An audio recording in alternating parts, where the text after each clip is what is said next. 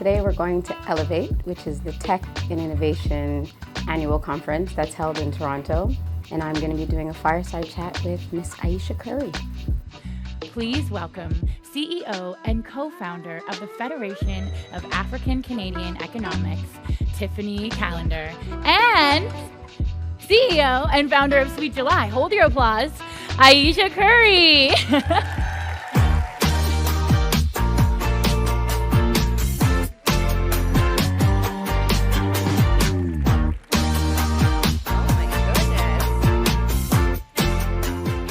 I think it's important to have the conversation that we're having today because it's about empowering and uplifting Black women founders in business.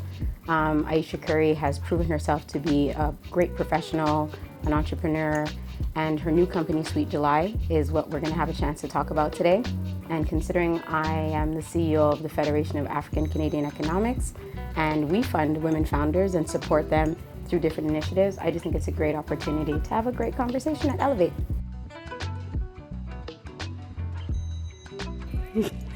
Good morning. Good morning. How are you doing today? I'm doing great. I have to say, I love the ambiance in here. The energy is amazing, so I'm so excited to chat with you today. Welcome home. Thank you very much. Welcome I'm happy home, to be right? home.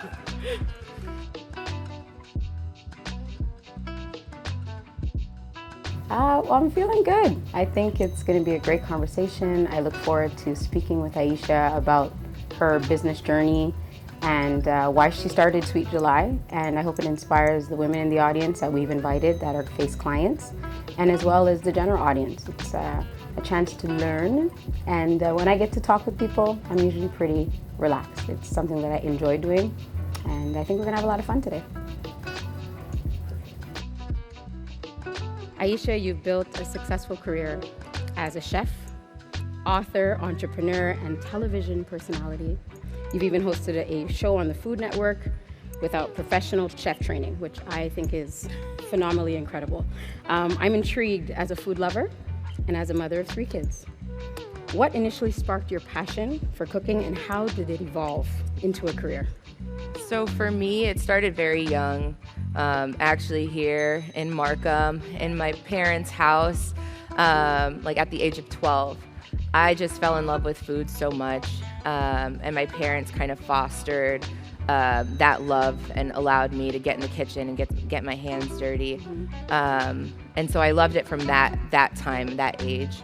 But I didn't know that it was something I could make a career of. Right. Because to be quite honest, at the time, there was no representation. I didn't see anybody that looked like myself doing that in food, whether it was food television or in the cookbook space, or in the restaurant space for that matter. So it wasn't until I got older, I had my first child, and I had to feed her. And I was like, oh, this is interesting. Yeah. Life just got real because I was like a McDonald's girl. I loved to go to all the like greasy spoon places, and then I had this new baby to feed, and I was like, well, where does this come from? Right. How is it made? How is it produced? And I started to do a deep dive into food from that perspective, and I fell in love with it all over again. I hope that they understand that there are barriers to being an entrepreneur if you are a woman. But that we have shown resilience. We've found our place in the market and will continue to do that. And Ayesha Curry is an example of that. Originally a Torontonian, so I love that as well. And I hope that the audience understands not only what women can do in business, but that FACE is behind Black women to do business here in Canada.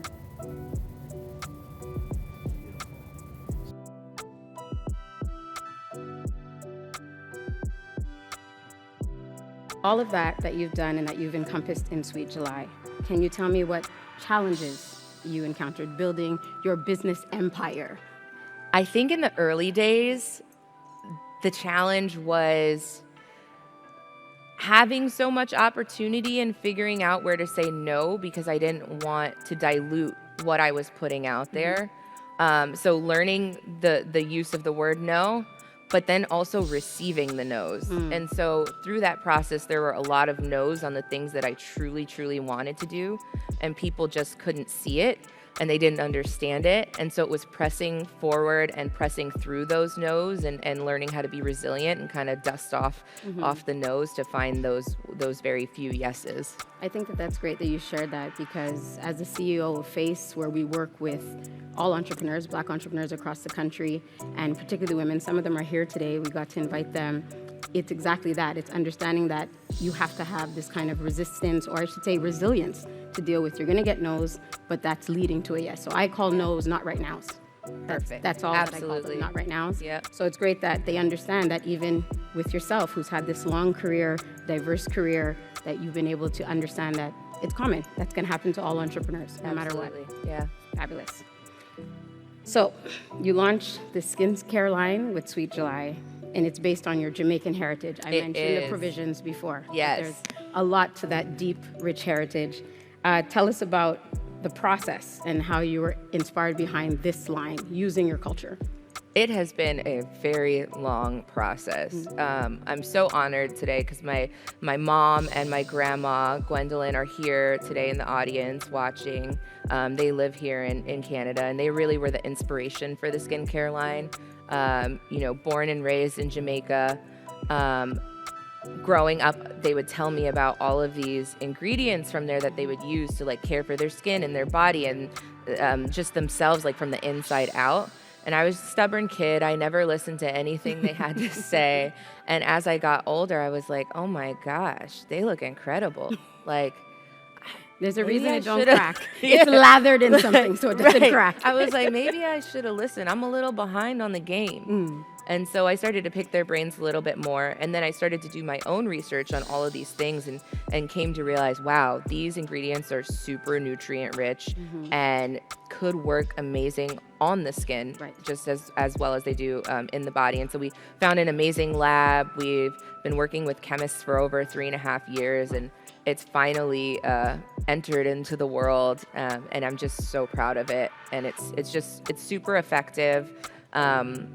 But it's clean, it's vegan, paraben free, so it check marks all the boxes, and it pays this like beautiful homage to my culture. So I'm Granny knows best. Yeah, Granny absolutely, knows best. always. If you want it, get it from Granny. That's what I always say.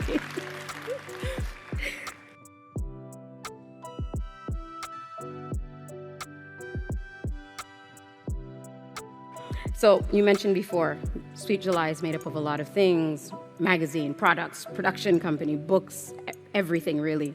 When creating and building a brand of this magnitude, what is important in terms of the values for you to carry through the entity? So what's important to me is to build a team that is aligned with the mission.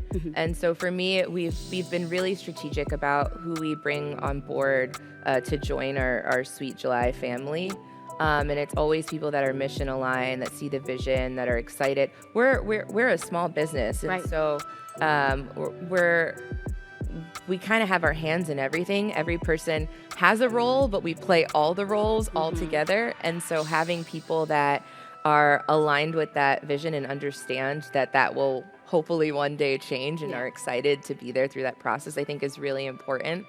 And then the business was founded on four core pillars, and it's food, faith, female empowerment, and family.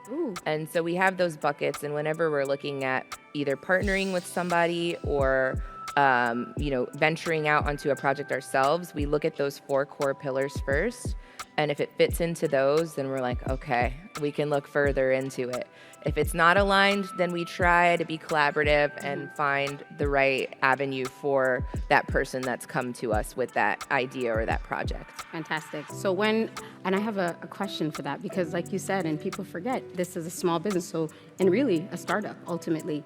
So when you're bringing in this new talent that's coming in and you are having them align with the vision, what's your process of getting people excited? What does buy-in look like from Ayesha?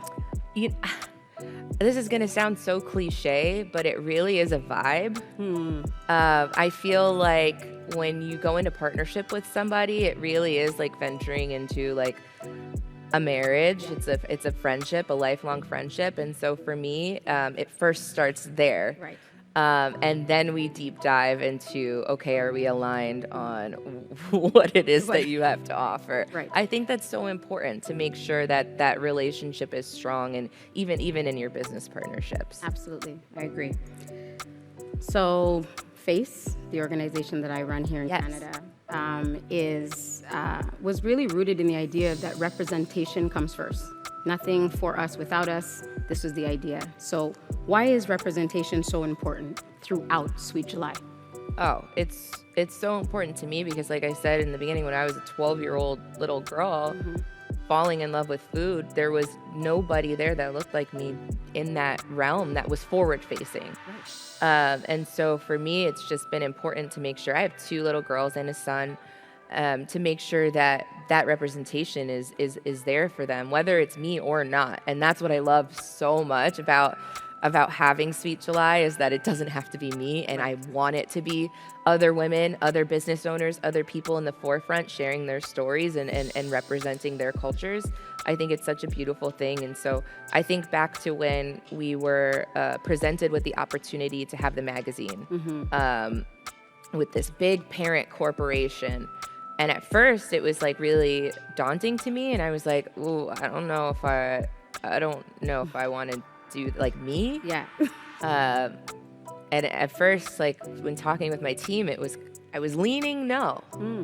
And then I, thank God, presented what was the opportunity that was presented to me to my family and friends and my colleagues, and they were like, "Are you silly?" No, really, they said, "Are you dumb?"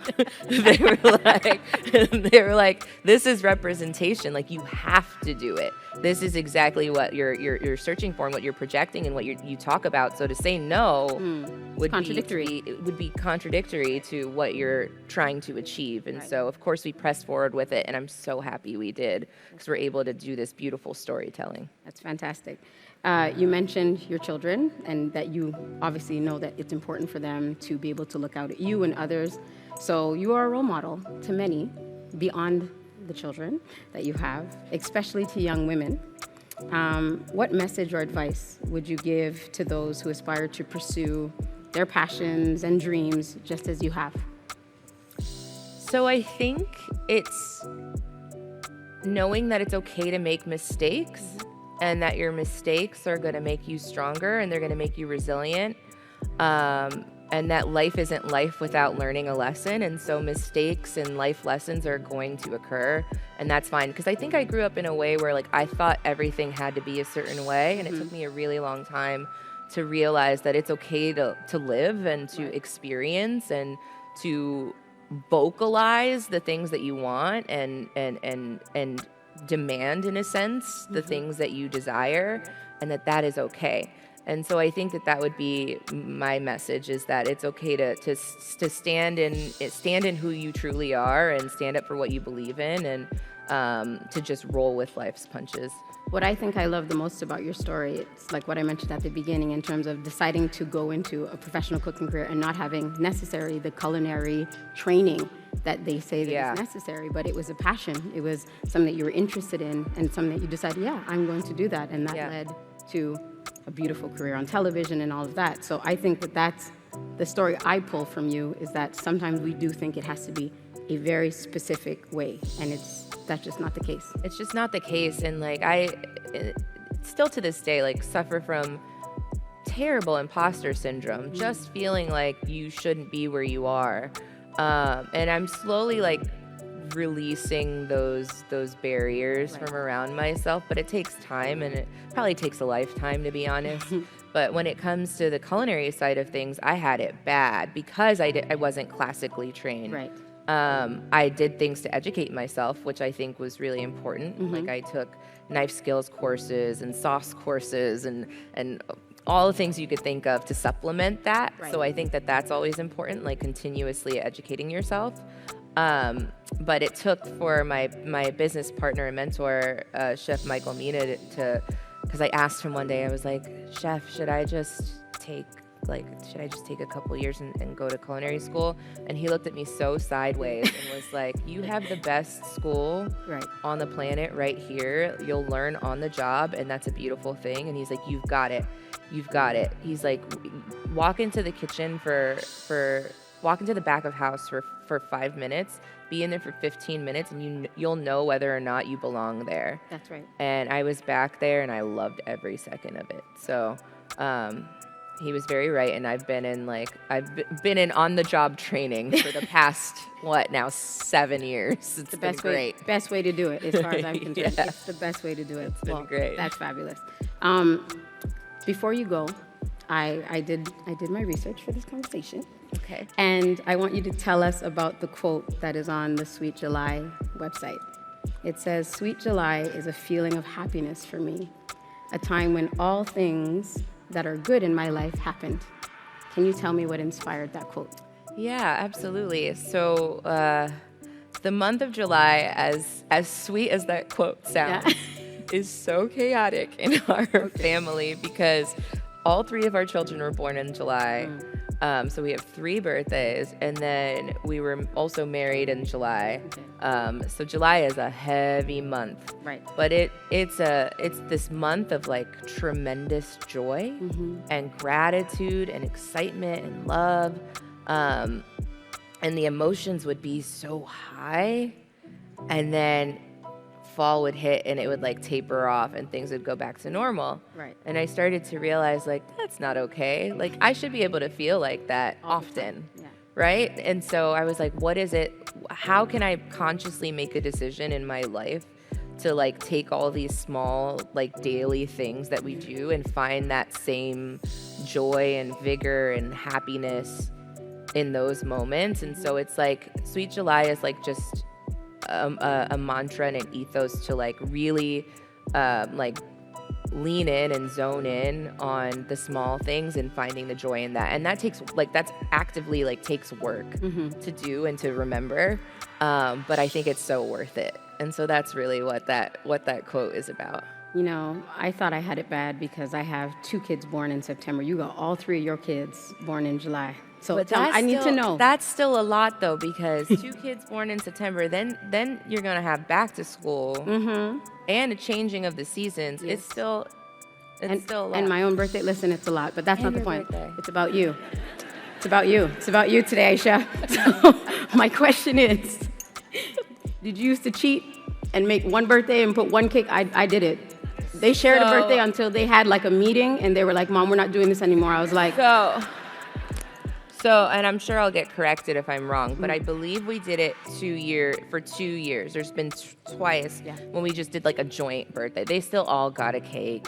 Oh, did you? But yeah. Well, this your half. Like it's like the mom guilt kicking in. I'm like, all right. But it's interesting because all of mine are staggered almost 3 years apart to the day. Mine too. And so they're in like different phases of life. They had a mutiny when my daughter turned 10. She was like, "I'm not doing this anymore." Exactly. I was like, so okay, fine. You get it. And I got that from my mom because my brother and I are a few days apart, August, September. I pulled that from her. She gave us a Bert and Ernie cake. Not Bert.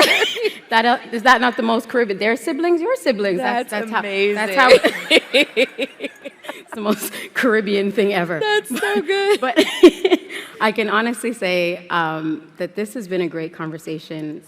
You are truly an inspiration. I picked out the things that I thought were important to highlight. Again, driving your goals that's fueled by your passion. Saying like, I didn't take the traditional route and I'm going to make magic. I'm going to share the things that are beautiful in my world with others. And the 4 pillars of your company is fantastic. Thank you. I want to thank you for being a role model. Thank you. To women.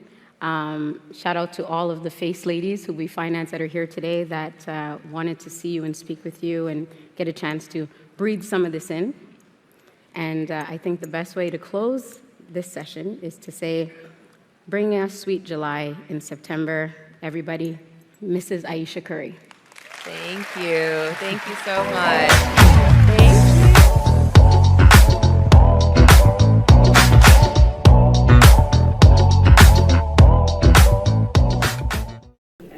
So just finished with Ayesha on the Elevate main stage. She's delightful. So it was great energy, great conversation. I can't help but slide in a few mom jokes in the conversation. I really, really had a great time. The crowd was great. And I really hope that Black women, as well as other women entrepreneurs, heard her message. It's really a message of being driven by your passion, not taking the usual or status quo road. It was about being persistent, building a brand that you're proud of, and making sure that the values that you have translate into the company that you run. So it was a great conversation. I think we had a lot of similarities in the way that we see the values of our company. So good times. On the bucket list. Elevate, check.